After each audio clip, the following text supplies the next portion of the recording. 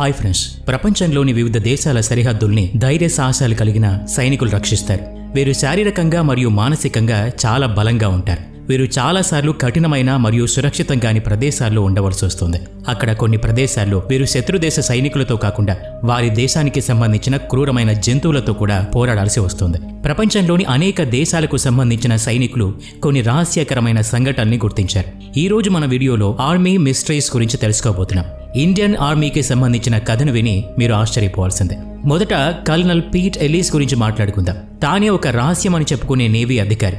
Colonel చాలా కష్టపడి పనిచేసే అధికారి మరియు క్రమశిక్షణ గల అధికారి.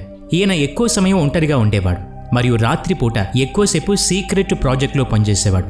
సుమారు 1 సంవత్సరం తర్వాత ప్రజలు అతన్ని పిచ్చివాడని పిలవటం ప్రారంభించారు. ఎందుకంటే అతను ప్రపంచం ముందు భవిష్యత్తు గురించిన కొన్ని అంచనాలను వేశాడు.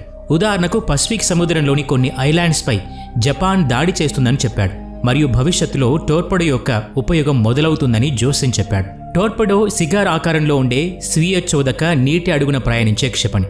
దీన్ని ఒక జలాంతర్గామి ఉపరితల నౌక లేదా విమానం నుంచి ప్రయోగించవచ్చు. ఇది జలాంతర్గాముల యొక్క ఉపరితల నాళాల్ని తాకినప్పుడు పేలిపోయేలా రూపొందించబడింది. నిజానికి అరుదైన మినహాయింపులతో నేడు భారీ యాంటీ షిప్ టోర్పెడోల్ని ఉపయోగించే ఏకైక నౌకలు జలాంతర్గాములు.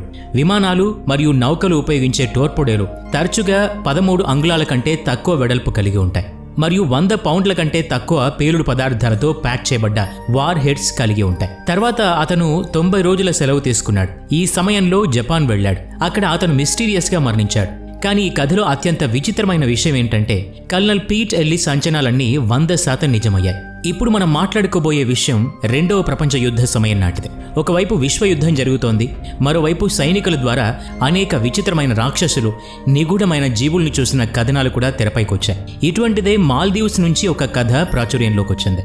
ఏజీస్ తాకి ఒక నేవీ అధికారి తన ఓడపై ఉండి సముద్రం యొక్క వీక్షణ చేస్తున్న సమయంలో అతని చూపు ఒక విచిత్రమైన డ్రాగన్ పై పడింది. అటువంటి డ్రాగన్ మొత్తం ఓడల్ని విచ్ఛిన్నం చేసి వాటిని సముద్ర లోతుల్లోకి తీసుకెళ్లగలుగుతాయి. ఆ డ్రాగన్ పరిమాణం అతని ఓడ కంటే కూడా పెద్దగా ఉందని చెప్పాడు. దాదాపు 175 అడుగుల పొడవు ఉందని చెప్పాడు. ఇప్పుడు వియత్నాం యుద్ధం గురించి మాట్లాడుకుందాం. ఈ యుద్ధం నార్త్ వియత్నాం మరియు సౌత్ వియత్నాం మధ్య జరిగింది. ఈ యుద్ధం చాలా కాలం పాటు జరుగుతున్న సమయంలో 2 దేశాల సైనికులు వింతైన ప్రాణుల్ని చూశామని చెప్పారు. మనుషుల కంటే పెద్దదైన శరీరం కలిగిన జంతువు సైనికులపై దాడి చేసిందని ఫిర్యాదు చేశారు. అది 2 కాళ్లతో నడిచేది. శరీరం అంతటా పొడవాటి నల్లటి వెంట్రుకల్ని కలిగి ఉంది. సమస్య ఏంటంటే వియత్నాంలో దీనికి సంబంధించిన ఆధారాలు ఏవీ లభించలేదు. కాబట్టి ఇది మరింత విచిత్రంగా మారింది. నిజానికి ఆ జంతువు ఏమిటి, ఎక్కడి నుంచి వచ్చింది? ఈ జంతువుకు సంబంధించి డజన్లకు పైగా ఫిర్యాదులు 2 దేశాల సైనికుల నుంచి వచ్చాయి. దీని గురించి ఇప్పటి వరకు ఎటువంటి సమాచారం మనకి లభించలేదు. ఇదే కాకుండా ఈ యుద్ధ సమయంలో ఒక సైనికుడు విశాలమైన పాముతో పోరాటం చేయాల్సి వచ్చింది. సైనికుడి కథనం ప్రకారం ఆ పాము యొక్క పొడవు 100 అడుగుల కంటే ఎక్కువ. యుద్ధం కంటే ముందు కూడా వియత్నాం దేశంలో చాలా పెద్ద పాముల్ని చూశామని అనేక ఫిర్యాదులు చాలామంది చేశారు. భారతదేశంలోని ఇలాంటి సంఘటనల గురించి తెలుసుకునే ముందు మనం జర్మన్లో గల ఒక గ్రామం గురించి మాట్లాడుకుందాం. ఇక్కడే వింతైన మాన్స్టర్ ఉన్నాడు. ఈ విషయం నెపోలియన్ కాలానికి సంబంధించింది. నెపోలియన్ సైన్యంలోని సైనికుడు బహిష్కరించబడ్డాడు. ఈ సైనికుడు ఒంటరిగా నడుస్తూ జర్మనీ నగరం వెలుపల ఉన్న గ్రామానికి చేరుకున్నాడు. అతను ఒక రైతు ఇంటికి వెళ్ళాడు. అక్కడ రైతు, అతని భార్య నివసించేవారు. ఆ సైనికుడు రైతుని చంపేస్తాడు. ఆ తర్వాత రైతు భార్యని బలవంతం చేసి ఆమె ప్రాణాలను కూడా తీసేస్తాడు. చనిపోయే ముందు ఆ మహిళ సైనికుడిని శపిస్తుంది. ఆ తర్వాత ఆ సైనికుడు మానవ తోడేలుగా మారాడు అని భావించారు. యుద్ధ సమయంలో జర్మనీలోకి కొంతమంది యుఎస్ సైనికులు చేరారు. వీరే ఈ కథను ప్రపంచానికి తెలియజేశారు. ఆ విచిత్ర మానవ తోడేలు రాత్రిపూట అడవిలో తిరుగుతూ ఉండేది. అప్పుడప్పుడు ప్రజలకు కనిపించేది. కొంతకాలం తర్వాత కోల్డ్ వార్ ముగిసింది. అప్పుడు అమెరికన్ ట్రూప్స్ అడవిలో పెట్రోలింగ్ చేస్తున్న సమయంలో ఇలాంటి ఒక జంతువును చూశామని చెప్పారు. ఆ తర్వాత యూనివర్సిటీ ఆఫ్ పిట్స్బర్గ్ వేర్వేరు వ్యక్తులకు చెందిన అకౌంట్స్ కనుగొనబడ్డాయి. అయితే ఆ అకౌంట్లో ఒకే కథ గురించి చెప్పబడింది. దాని ప్రకారం సైనిక అధికారులు రాత్రి సమయంలో ఆ ప్రాంతంలో దర్యాప్తు చేస్తున్నారని చెప్పారు. వారి కళ్ల ముందు ఒక ఆకారం కనిపించిందని, అది 2 కాళ్లపై నడిచే తోడేల్లా ఉందని, అది అధికారుల్ని చూడగానే గోడ దూకి పారిపోయిందని అందులో రాసుంది. ఇటువంటి తోడేళ్ల యొక్క కథనాలు ఆ సమయంలో చాలా సాధారణం. ఆ సమయంలోని ఈ కథ కూడా చాలా ప్రసిద్ధి చెందింది. ఇప్పుడు భారతదేశంలో జరిగిన ఇలాంటి ఒక సంఘటన గురించి మాట్లాడుకుందాం. 1962లో భారతదేశం మరియు చైనా మధ్య యుద్ధం జరుగుతున్న సమయంలో ఈ సంఘటన జరిగింది. ముందుగా భారత్ చైనాల మధ్య 1962లో యుద్ధం ఎందుకు జరిగిందో చిన్నగా చెప్పుకుందాం.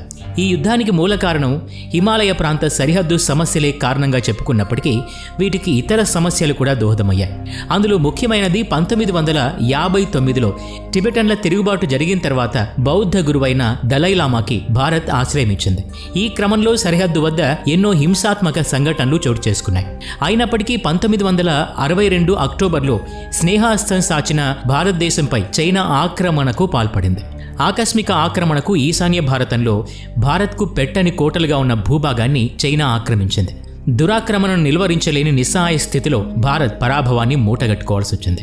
ఇక మన స్టోరీలోకి వెళ్తే భారతదేశ చైనా సరిహద్దులో 17 మంది సైనికులతో కూడిన భారత సైనికుల బృందం వారి పోస్టులో నిలబడి ఉంది. Major Satyendranath Sanyal commanding officer. ఆయన నాయకత్వంలో ఈ సైనికులు 7 రోజులు ఒకే స్థలంలో ఉండి శత్రువుల్ని నిర్మూలించారు. ఈ బృందం ఒంటరిగా ఇరుక్కుపోయింది మరియు భారత సైన్యంతో సంబంధాన్ని కోల్పోయింది. వారి చుట్టూ చైనా సైన్యం ఉంది. సైనికులు చాలా రోజులుగా ఏమీ తినలేదు మరియు వారు బలహీనపడటం ప్రారంభించారు. ఒక రాత్రి మేజర్ సత్యేంద్రనాథ్ సన్యాల్ వద్దకు వింతగా కనిపించే ఒక వ్యక్తి వచ్చాడు. అతని చేతిలో భారత ప్రభుత్వం రాసిన లేఖ ఉంది. సన్యాలు ఆ చోటును విడిచిపెట్టి భారతదేశానికి తిరిగి రావాలనే సందేశం ఆ లేఖలో ఉంది. కానీ అది ఒక విచిత్రమైన పరిస్థితి. మేజర్కి ఆ వ్యక్తిపై అనుమానం రావడంతో అతన్ని బంధించి తన వద్ద ఉంచుకొని పోరాటాన్ని కొనసాగించాడు. ఆ వ్యక్తి సన్యాల్ని చూసినప్పుడల్లా ఈ పోరాటాన్ని విడిచిపెట్టి భారత్ తిరిగి వెళ్లమని ఆ వ్యక్తి సన్యాలకు చెప్తూ ఉండేవాడు. అతని మాటల్ని సన్యాలు వినలేదు. 3 రోజుల తర్వాత చైనా సైనికులు ఆ పోస్ట్ని కనుగొన్నారు. సైనికులందరి ప్రాణాలు తీసి సన్యాల్ని బందీగా తీసుకెళ్తారు. ఆ విచిత్ర వ్యక్తి మళ్లీ సన్యాలకి కనిపించలేదు మరియు ఆ వ్యక్తి గాలిలోకి మాయమైనట్లు భావించాడు. మేజర్ సత్యేంద్రనాథ్ సన్యాల్ 1 సంవత్సరం పాటు చైనాలో బందీగా ఉంచబడ్డాడు. తను భారతదేశానికి తిరిగి వచ్చిన తర్వాత ఆ విచిత్ర వ్యక్తి ఎవరు అనే ఒకే ఒక్క ప్రశ్న అతని మనస్సులో ఉంది. విచారణ తర్వాత భారత ప్రభుత్వానికి ఆ వ్యక్తికి ఎలాంటి సంబంధం లేదని, భారత ప్రభుత్వం ఎవరిని పంపలేదని మేజర్కి తెలిసింది. అతను ఆ లేఖను బయటకు తీస్తే భారత ప్రభుత్వం రాసిందని తెలిసింది.